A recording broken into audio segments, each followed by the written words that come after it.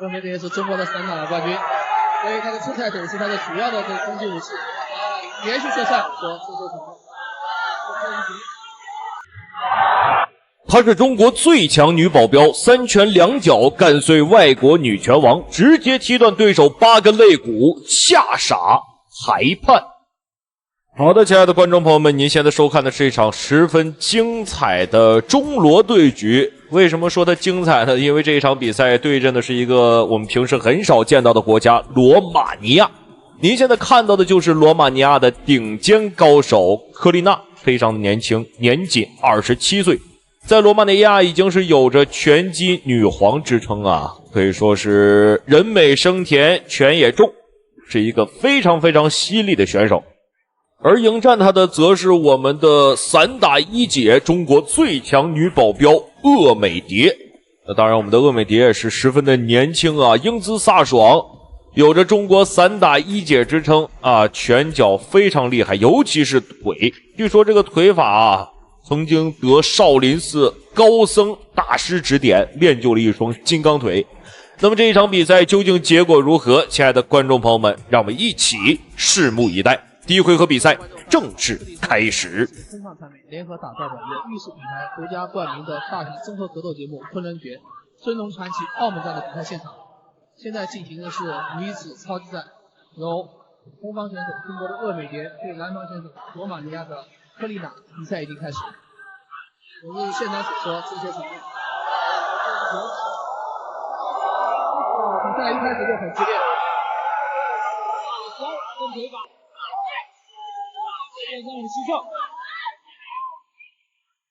认为这也是中国的散打的冠军，所以他的赤菜腿是他的主要的这个攻击武器。连续射杀。这个比赛一开始啊，科丽娜就出师不捷，被我们的鄂美蝶一通霸烈的打法打得十分的难受和被动。刚刚过了有1分多钟啊，接连挨了2拳3脚，而且4次都是猛攻，已经是被击倒1次了。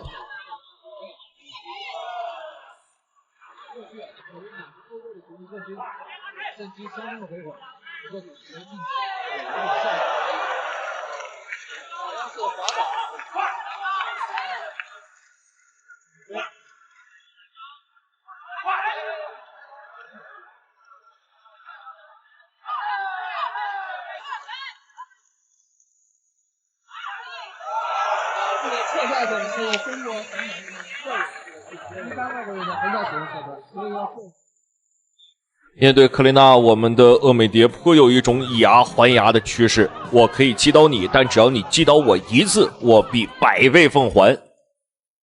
鄂美蝶现在的状态非常非常的不错啊，科丽娜应该是受到这种气势的影响，整个人的状态都显得有一些萎缩，停滞不前。所以上周鄂美的输给黄金女神，意料之中的。答对，包括鄂美蝶对多部体育人员。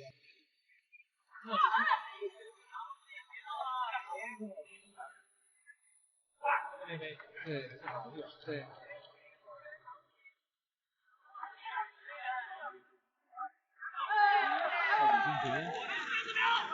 那因为是鄂美蝶。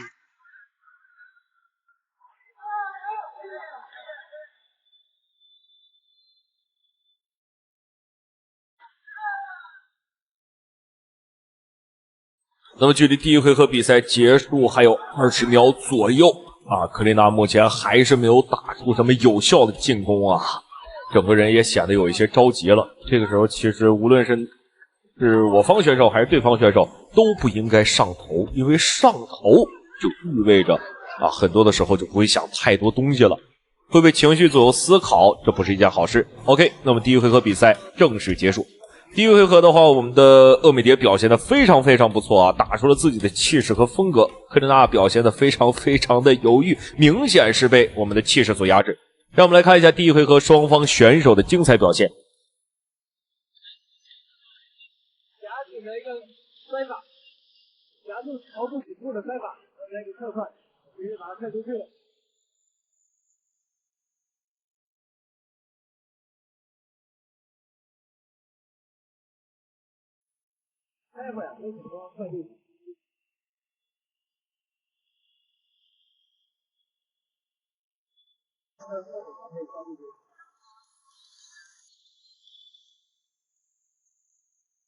好的，第二回合比赛，双方直接进入缠斗阶段。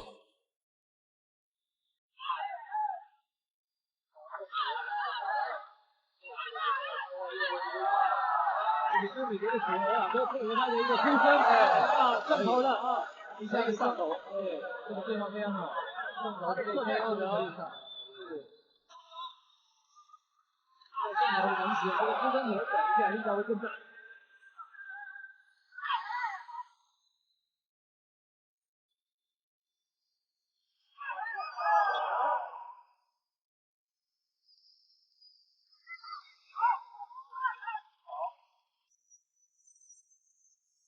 克丽娜很聪明啊，在第二回合调整了自己的战术，直接是选择将我们的欧美蝶往蓝角去带，往蓝边去带。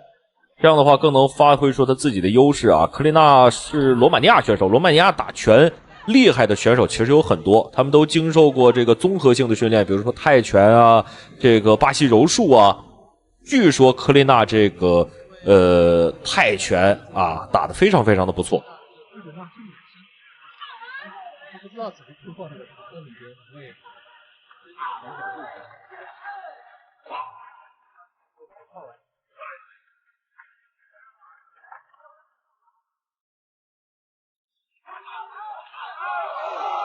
那个可以应该连续刚才打到一拳以后就接着打下一拳。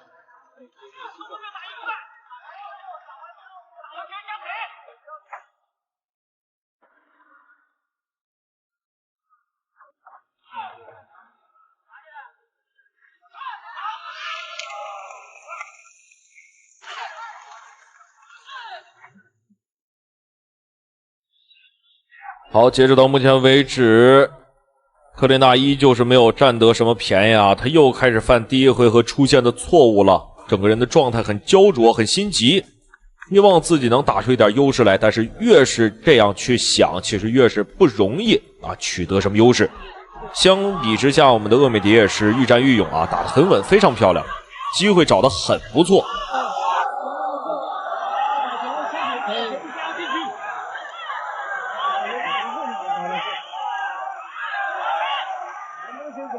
拳击冠军了，但是在这个厄美蝶的面前，有点没有交战功，而且他自己的拳法没有打出来，这个拳不用他的手臂也轻轻挥动。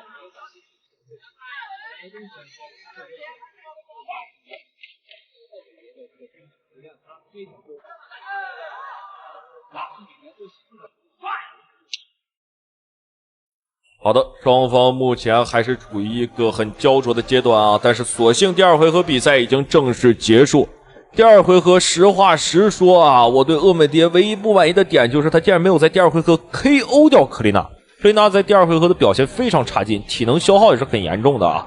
有几次机会觉得我们的厄美蝶是可以直接干掉对方的，当然也不排除我们的厄美蝶享受这种跟对手这个搏斗的感觉啊，有一种戏耍猎物的状态。让我们来看一下第三回合，我们的厄美蝶能否给我们带来什么精彩的表现？也许王还可以跟他打一打。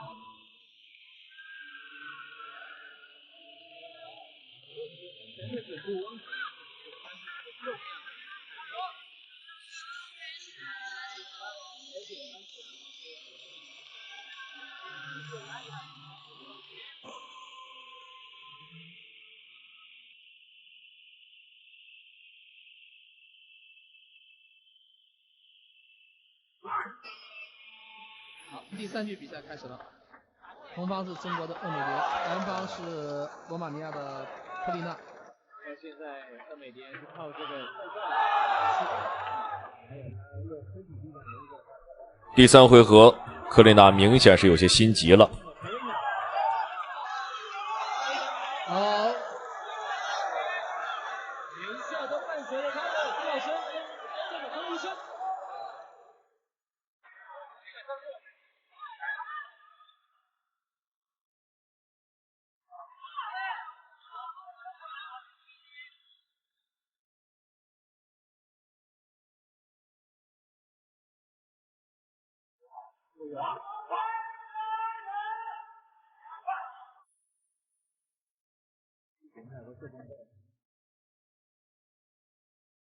那么第3回合，其实科丽娜的体能消耗已经很严重了啊。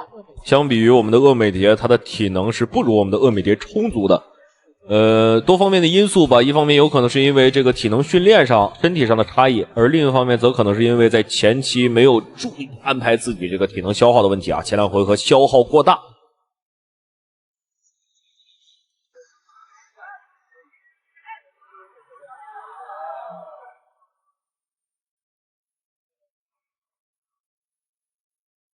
所以南方选手不太知道这个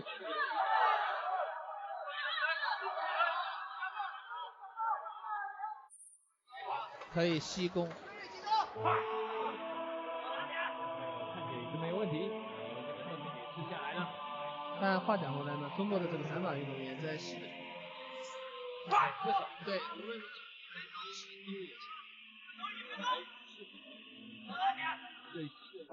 其实从这个时候来看的话，厄美蝶已经是胜券在握了啊，反倒是不心急了。比点数，我们比科琳娜的点数要更大。比这个体能，我们现在如果要发狠的话，完全是能 KO 掉这个科琳娜的。我猜厄美蝶可能是不希望对手输的那么难看啊，毕竟这一场是一场这个中罗双方的友谊赛，还是不要太过火为好。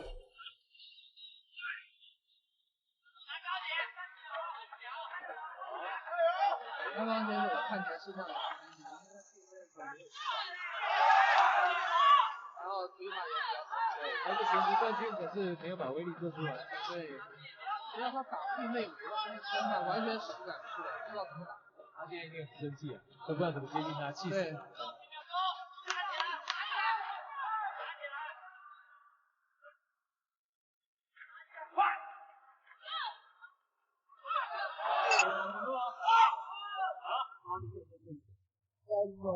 好的，那么整场比赛已经结束，让我们来看一下裁判的最终判定结果。我相信最后获胜的一定是我们的厄美蝶啊，因为科琳娜整场比赛的表现也实在是太过差劲。让我们来看一下刚才的精彩回放。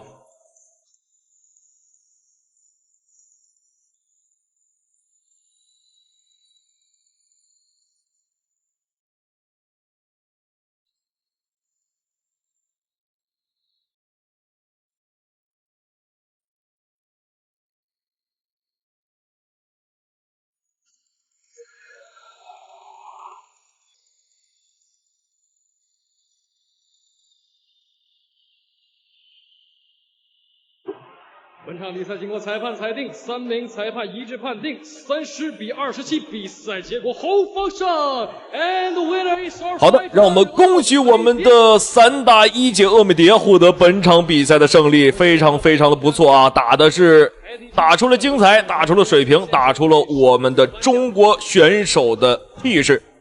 那么，亲爱的观众朋友们，感谢您的收看与支持，让我们下期节目不见不散。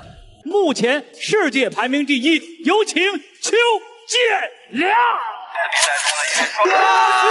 转身后板，转身后板，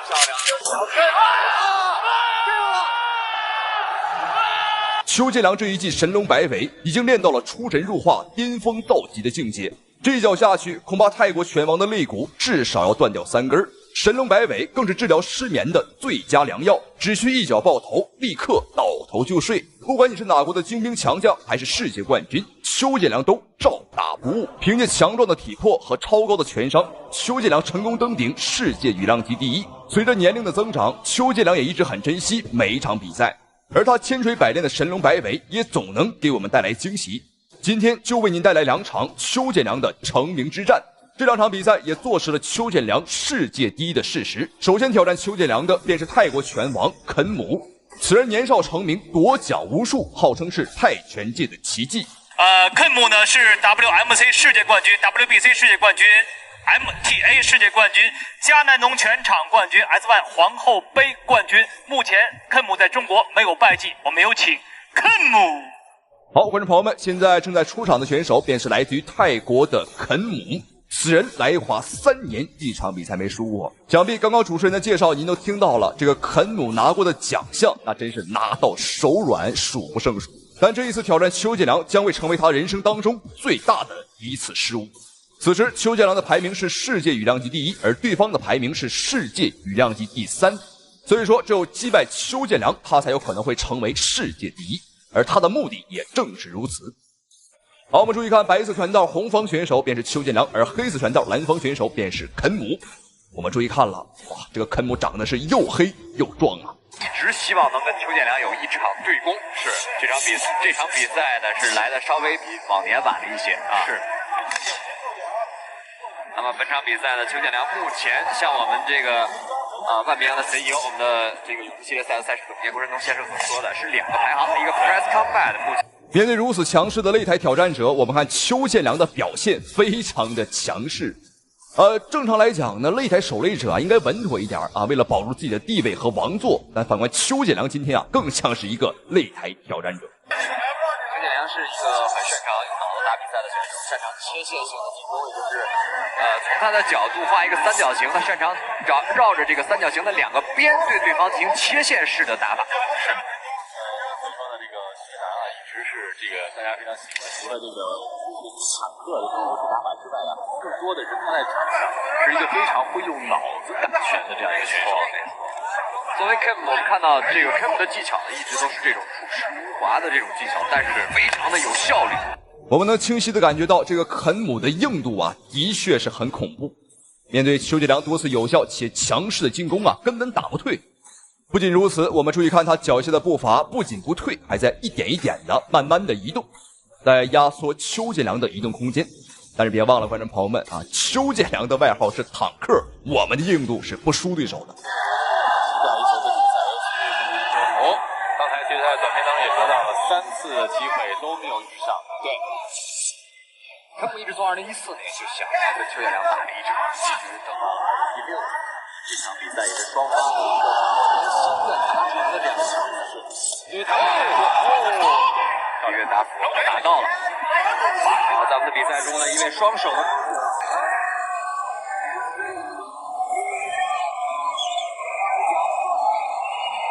这场比赛赢下没有办法站起来了。比赛结束了，观众朋友们，邱建良一脚爆杆拿下了比赛。这一季神龙摆尾可谓是出神入化，变幻多端啊！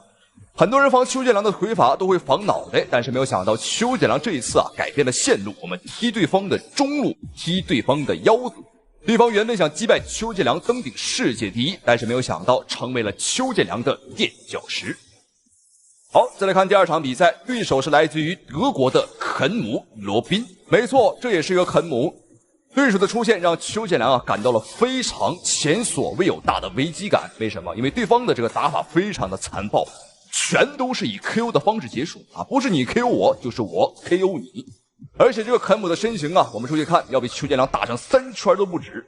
所以说本场比赛对于邱建良来讲还是一场以小博大的对局。好，注意看比赛开始，红色拳套，金色战袍，邱建良，我们的外号叫做坦克。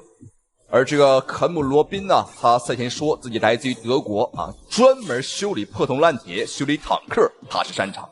这样证明他们对搏击的一个热爱、一个决心在这个艰苦的环境里面一直训练。这是也体现出来一个武的精神吧。是，在这个邱建良呢，本人是做泰拳选手的，但是在这个自由搏击的比赛中呢，他认为这个泰拳和自由搏击更像白酒和红酒大同小异，因人而异，各取所需。整个格斗他希望能探寻到自己独特的具有泰拳风格的自由搏击风格。对，目前这个阶段邱建良已经到了见山不是山的阶段，因为他要把他一个比较复杂的技巧慢慢修正返璞归真。这肯姆罗宾的确是来者不善，我们看他比赛开始呢，利用身形上的优势对我们的阿良进行了不断的推进和碾压。毕竟身形有优势，在搏击擂台当中是最大的优势了。但是我们看邱建良也是临危不乱，围绕着龙网和对方兜起了圈子，没有和对方硬碰硬，这就是邱建良极高拳商的一个表现。团队更加有经验。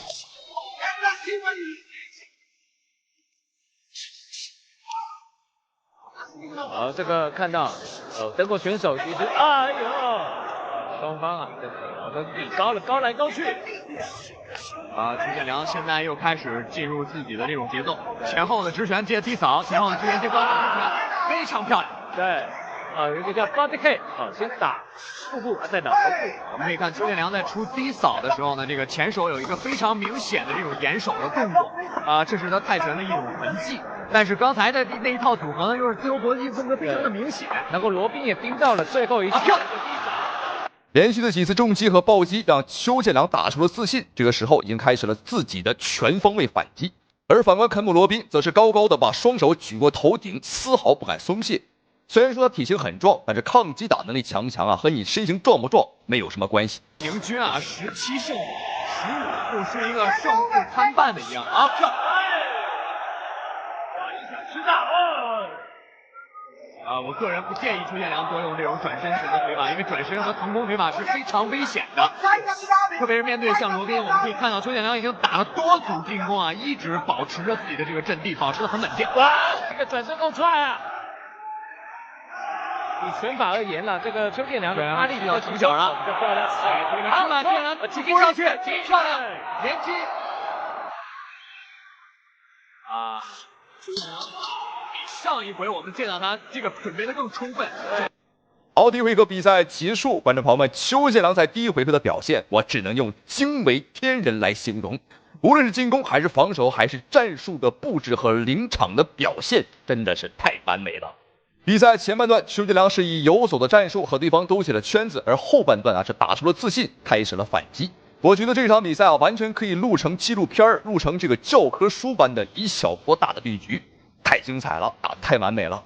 好，接下来看一下双方第二回合的精彩表现，打得非常的出色，但是我们明显可以看到肯姆罗宾的步伐开始动起来了，而且这一次Ken Robin 的一个头部的一个漏洞不见了，找不到了，手落下来了，刚刚被抓到一次，刚讲完就被抓到了。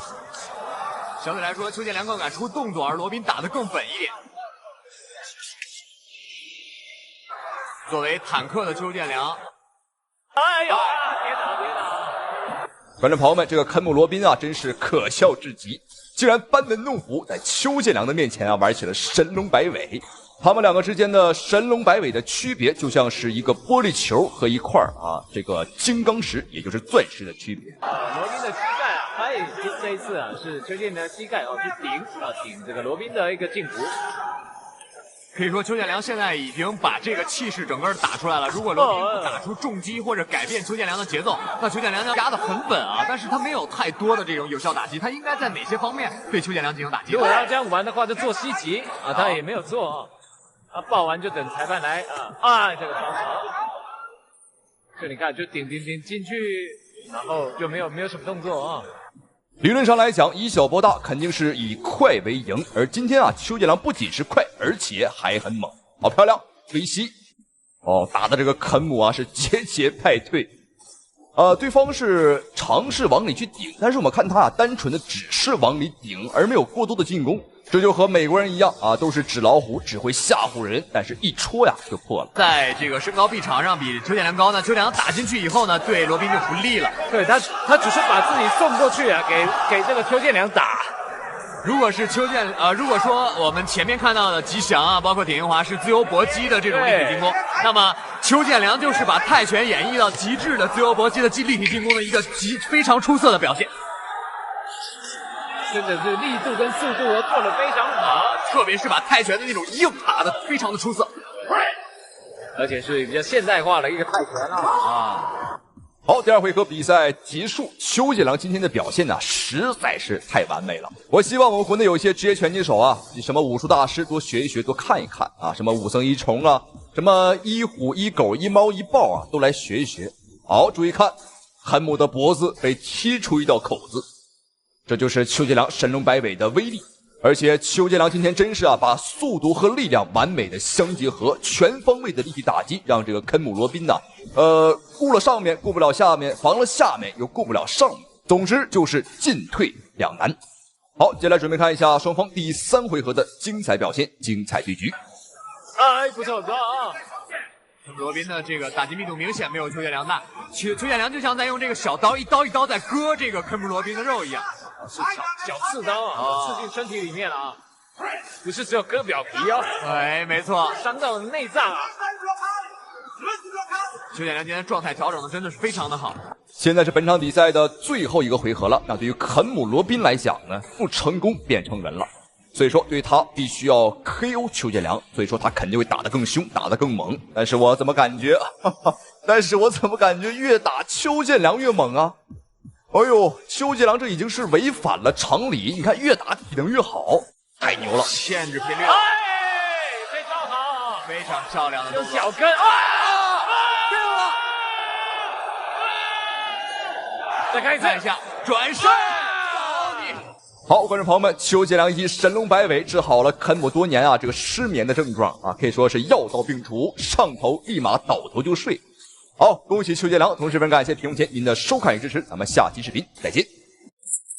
漂亮漂亮，标志性的前手摆拳，漂亮漂亮漂亮漂亮，击败个，哇，前手，我微笑就注意看，中方选手开局不到20秒就被老外一拳读秒，台下老外看到这一幕都开始庆祝胜利。不料下一秒站起来的中国选手眼神突变，打得对手狗血淋头，干趴在地。视频当中正在出场的选手便是来自于中国的搏击天才吴雪松，年仅22岁，正是如狼似虎、热血澎湃的年纪。17岁踏入职业拳坛，不到2年时间便叱咤风云，横扫武林，拿下了19战全胜的惊人战绩，其中包括16次 KO 对手，最猛的一次曾一晚上连续 KO 3个世纪名将，一战成名，更是被外界媒体评价为无情的擂台收割机。极高的拳商、健硕的体魄，再加上刁钻的拳法，让吴雪松在擂台上可谓是神挡杀神，佛挡杀佛。好，再来看一下吴雪松本场比赛的对手，正是眼前来自墨西哥的 WBA 世界金腰带临时拥有者何塞鲁拉斯。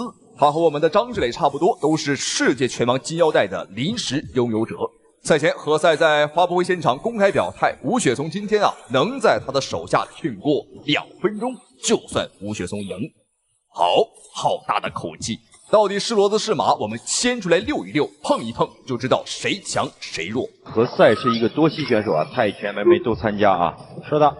所以像这样的选手，他会比较滑头经验也多。对。所以今天对吴雪松来说也是一个不小的考验今年是否能顺利的拿到诸神之战的小组出线？对。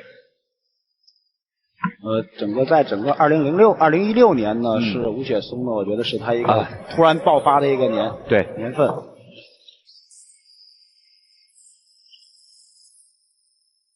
吴雪松还是哇，这是一个冷拳，一个后手拳，雪松有点大意了。对手果然是来者不善，开局不到1分钟就给雪松来了一次读秒。好，但是看雪松的状态应该是没问题。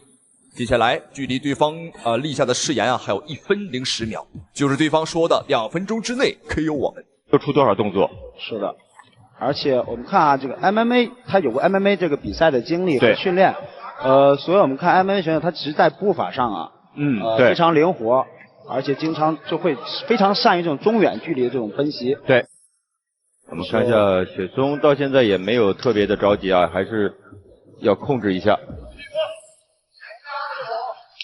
何塞的这个假动作做的还比较不错。对，刚才的一个后手的一个拳法击倒就是在前手晃了一下。吴雪松这一名选手，观众朋友们可以说他是一个天赋型选手，天分极高，拳商极高，拳法也不错，缺的就是一个好老师。那像武僧一龙多次向他抛出橄榄枝，但是都被吴雪松给拒绝了因为他知道呢这个近朱者赤近墨者黑。漂亮！漂亮！标志性的前手摆拳，拿回一城。哇，观众朋友们，2分钟已过，并不是何塞 KO 我们，而是吴雪松还给了对方一次读秒，一个前手平勾。正所谓有仇不报非君子吴雪松也不拖，有仇当场就报了。我们看吴雪松依旧是一个不断前压的姿态，给这个何塞鲁拉斯增加压力。对方是个老油条，很擅长游走战术和中远距离的打击。而吴雪松呢，正是如狼似虎、热血澎湃，最想干的就是和对方打中近距离，所以双方现在的想法截然相反。和赛的这个就中远距离分析都比较突然。对，然后雪松在近的时候一定要做好防守。对，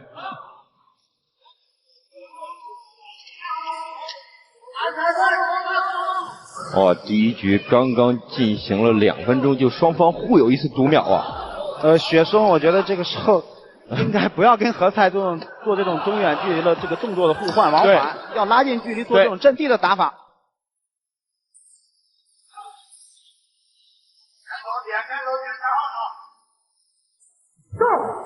双方第一回合比赛结束，非常的精彩，也非常的跌宕起伏。赛前这个老外说呀，这个2分钟之内打不赢吴雪松，就算他输。但这个家伙打完第一回合了，他好像也没有想认输啊。看来这个世界拳王说话就像是吧，就像放了个什么东西一样，说话不算数。当然了，这也是很多老外的一个本性啊，喜欢说大话、吹大牛，结果呢，经常被打脸。本身也想不到这个球会从这个时候。第一回合分数上，吴雪松44分，而对方的话是33分，我们目前是领先了对方啊11分。好，随着眼前的漂亮美女，我们接下来看一下双方第2回合的精彩表现。好，我们来进入第2局，看看我们在这个双方在技战术上，我估计何塞不会变化他的技战术。